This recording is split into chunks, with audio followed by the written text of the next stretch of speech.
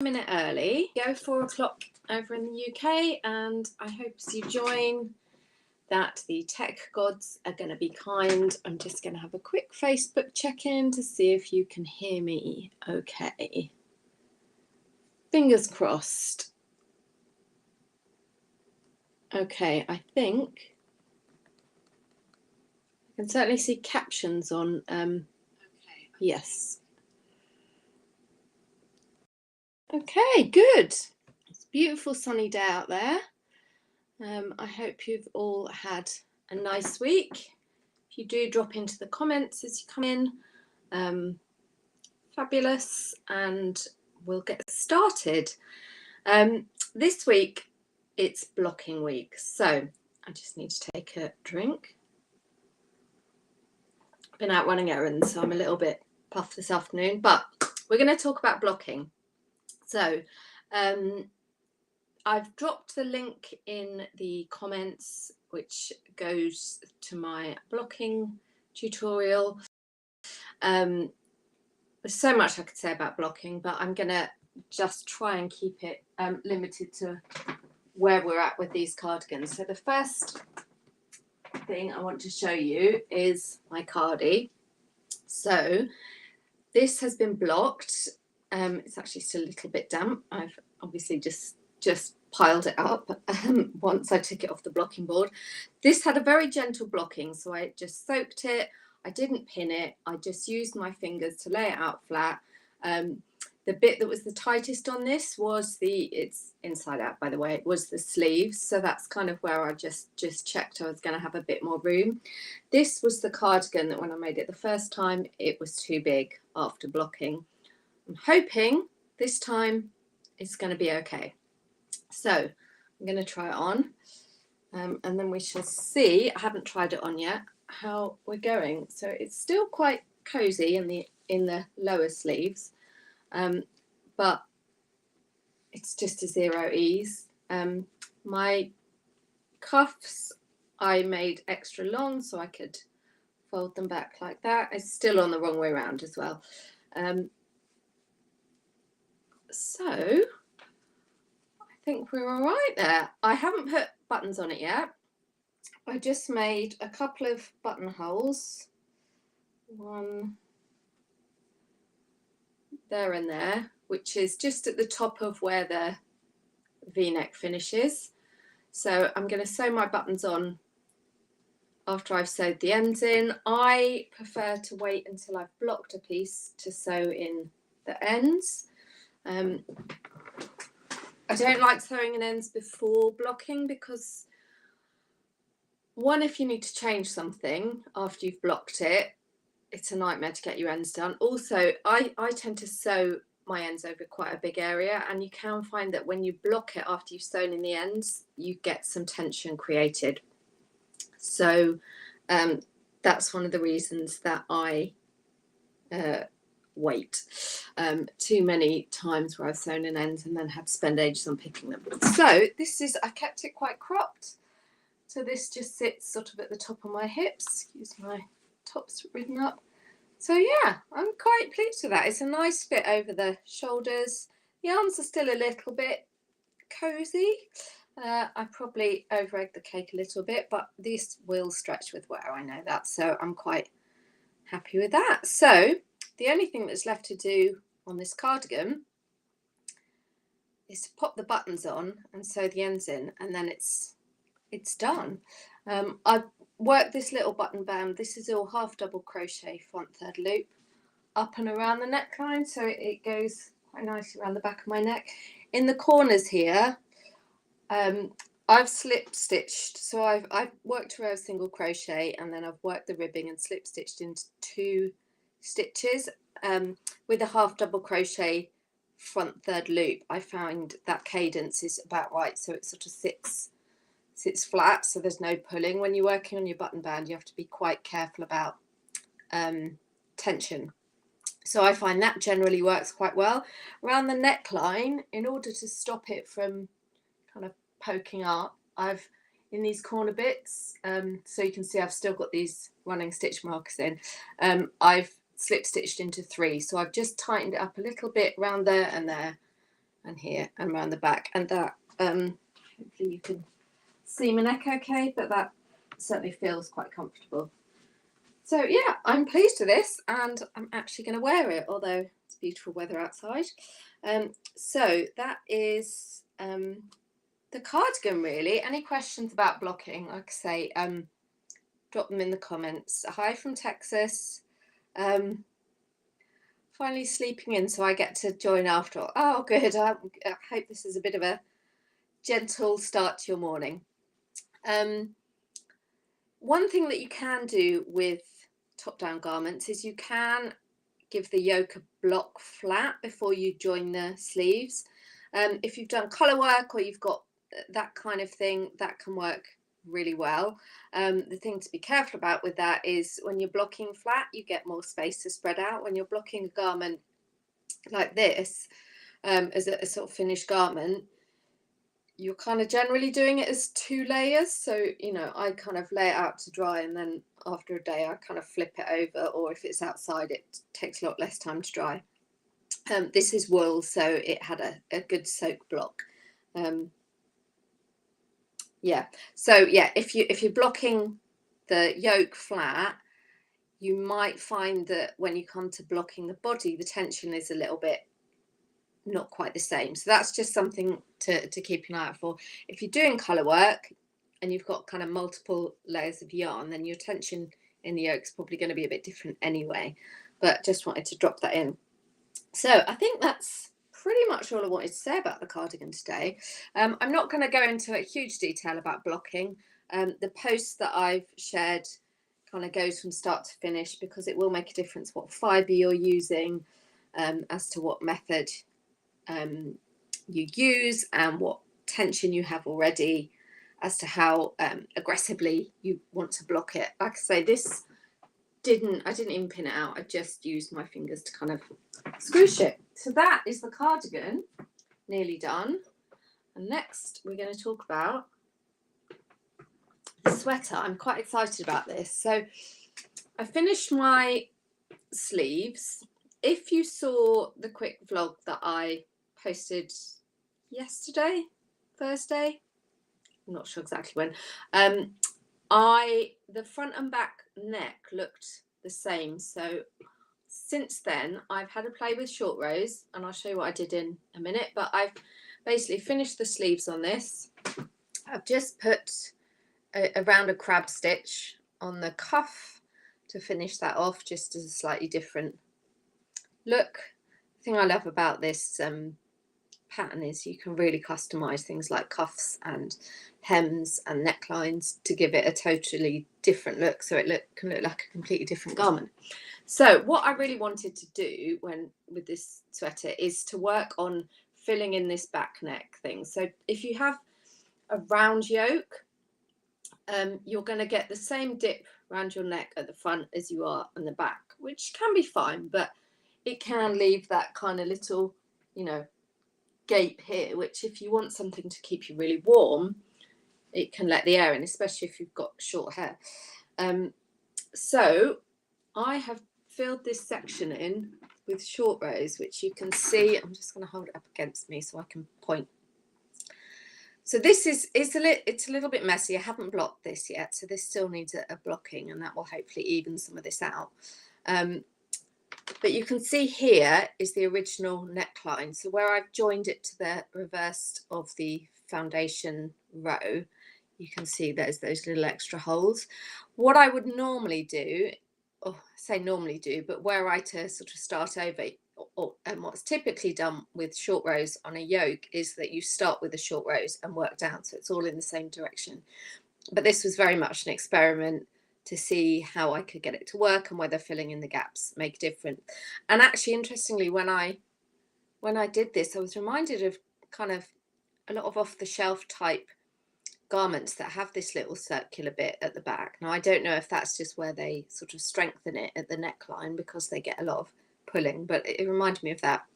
Anyway, so where I did this, I'm just going to recommend a couple of books, because I for this kind of thing,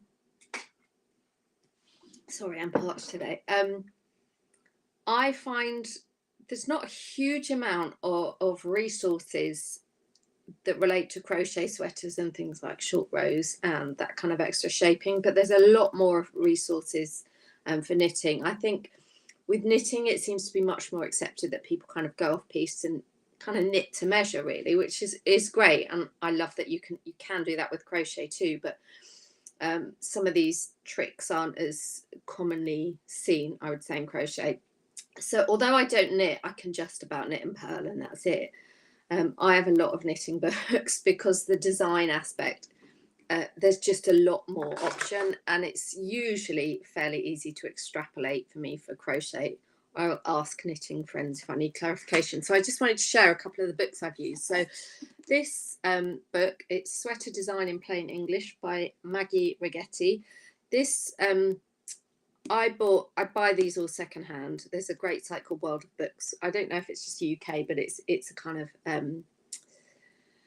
it recycles books, and it's a nice, seems to be a good ethical company, and it's the circular economy. That's the word I was looking for. Anyway, so this is like the first edition. There is a much newer version, but this was quite a bit cheaper, and from what I could gather in the reviews, there's not a lot in it. This is a great book. I really like the way that she writes. It's got lots of kind of diagrams and that kind of stuff in it, but this has got a great section on short rows. It's more, I did talk a few weeks ago about the short row cap sleeve that I'm working on a design for.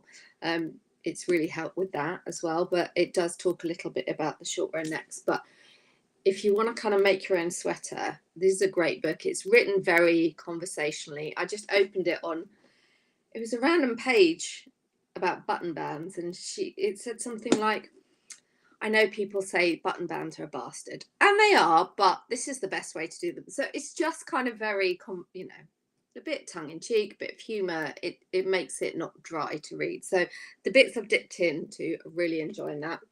So this has been really helpful. The other one that's been really helpful is this Shirley. This is Shirley Padden-Payden. I'm not sure how you pronounce her name. She's also actually got a course on Craftsy that is essentially the same as this book, but she had this whole section on short rows for kind of back neck, which is here, and she used it in context of putting a collar on a cardigan.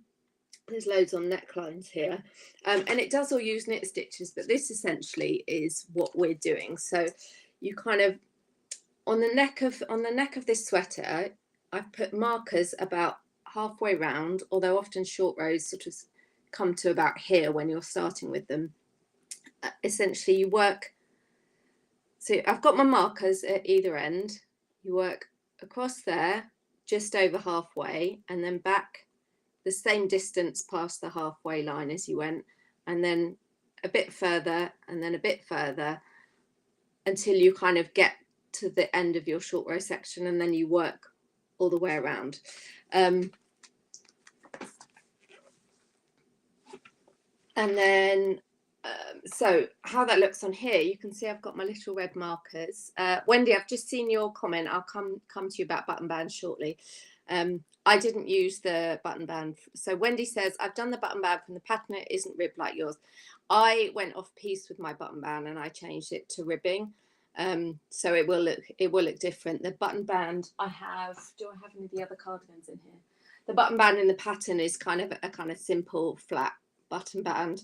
The reason I did a rib one partly was just to show how you can change it up. So there's nothing wrong with that or anything. Yeah, anyway, right, so you can see I've got a couple of these red stitch markers. I've left them in and they're a little bit buried, that I put roughly on the sort of shoulder seams of the circle. So it was about halfway around. I wasn't too precious with counting stitches because it was a bit of an experiment. So essentially I crocheted, I used extended single crochet. Now typical with knit stitches, the rows are a bit shorter. Extended single crochet is a bit of a taller stitch. So when I kind of went to the end, I worked a single crochet and a slip stitch just to kind of slant off the rows so I didn't have big tall chunks. So I essentially crocheted round to about here. So I think I worked at 6, I put a marker in the halfway point, and I worked 6 stitches past that, and then I worked those 6 stitches back, and then another 6 stitches, so I had the same amount here, and then I turned and did another 6 stitches and another 6 stitches, and then I went back and all the way round, and then I did one more round for luck. So that's the way I did it for this, and this is the finished result. Again, I've just done a little round of crab stitch on the end, so I'll show you what this looks like.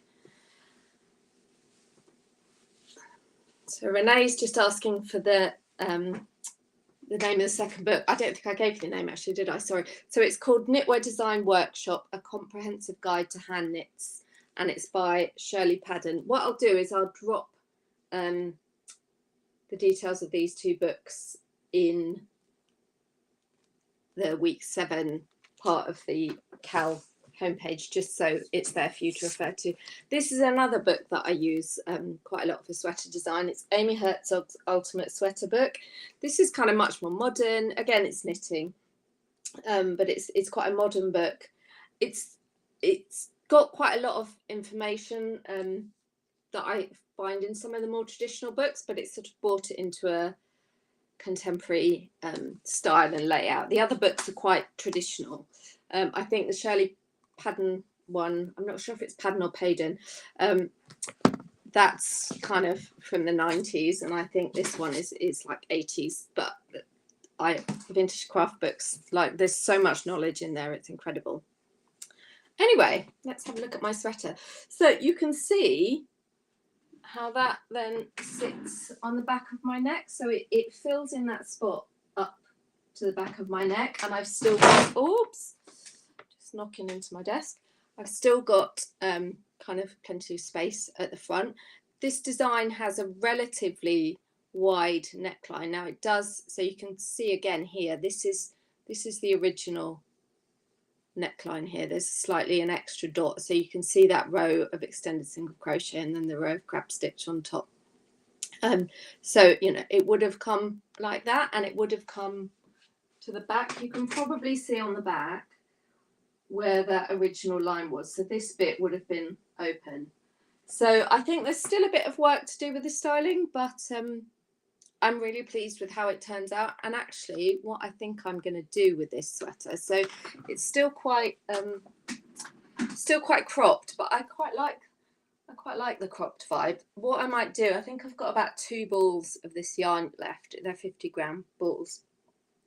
I might actually rip back the crab stitch row and just work like a cowl that folds over at the top, so it's kind of, you know, this is a warm sweater. It's I think it's a wool alpaca blend. I always forget the name of the yarn I've used. I don't have a ball band here. Here we go. It's Drops Nepal, which is, yeah, it's wool and alpaca, I think, with a little bit of nylon in there. That's what I'm using. I'll make sure I've listed all my materials in the yeah, 65% wool, 35% alpaca. So yeah, so I think I might do like a cowl neck and just work up and let it kind of fold over itself and see how that looks, because I think that will look quite nice with the shape of the neck. And then I might just put a simple just round of crab stitch on the bottom just to keep it cropped. So yeah, I'm really pleased with the short row experiment. I'm glad it kind of worked, even though, like I say, were I to start from scratch, I'd begin with the short rows. Whether it's something I can write into the pattern, I'm not sure, because there's so many variations in the pattern that might be a little bit tricky.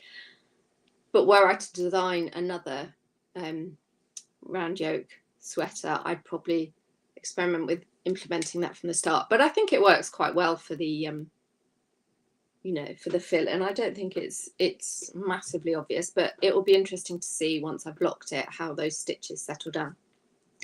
So that is essentially all I've got left to do. Again, I haven't sewn in my ends, so finish the neckline on this, finish the body, give it a block and weave in my ends, and then we're then we're done. So it's amazing how it suddenly comes together.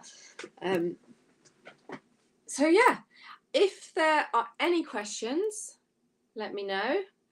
I think we're a slightly smaller group today than previous weeks, partly because I think a lot of you have already finished. So yeah, any more questions, please drop them in the chat. I'd love to know how you're getting on, if you're stuck on any of it. Wendy, I know you say you've done the button band already. Oh, the other thing I wanted to talk about is pockets, actually. If you want to add a pocket, I've got a little swatch here from it. This is from that other cardie I mentioned. You can add, this is a bit big, but you can add a little patch pocket onto the cardigan by literally just sewing a small square of fabric. I haven't gone into a lot of different pocket styles, but I love a pocket in a cardigan. I probably won't add one to that because it's cropped, but in a longer cardigan, I would add a pocket in, and I would just add a little patch pocket. I'd make a little square in something like this, which does have a rib. You could either make the pocket in the same fabric that you've got in the body, or you could do it contrasting. You could add a little ribbed pocket to match the hems. Just kind of there again, because this is cropped, I think it might look a bit too busy with a pocket. Maybe a teeny little placket pocket up there. That's not the right word, but I think you know what I mean. So yeah, pockets and any kind of alterations to neckline are a great way just to kind of put your own stamp on a pattern, on a make. And I am 100% here for alterations. So we come towards the end. I'm gonna do drop any further questions in before we head off. It's a bit of a quick one today. So I'm going to go live next week, partly so we can do a little show and tell. I'd love it if you finished, if you can drop me a picture of how your finished look is going. If I can work out how, I might put together a little slideshow of some of them. So do email me, just email hello@doradoes.co.uk. I'd love to see how you're getting on. There might be a little sneaky discount in there for you next week as well, especially those that have come here week in, week out, and really got involved. I really appreciate you. And I know a lot of people are watching on replay. Getting a right time that can suit anyone isn't always easy. And a Saturday afternoon when the sun's come out isn't always the time you want to be online. But I know a lot of you do watch on the replay, so thank you as well.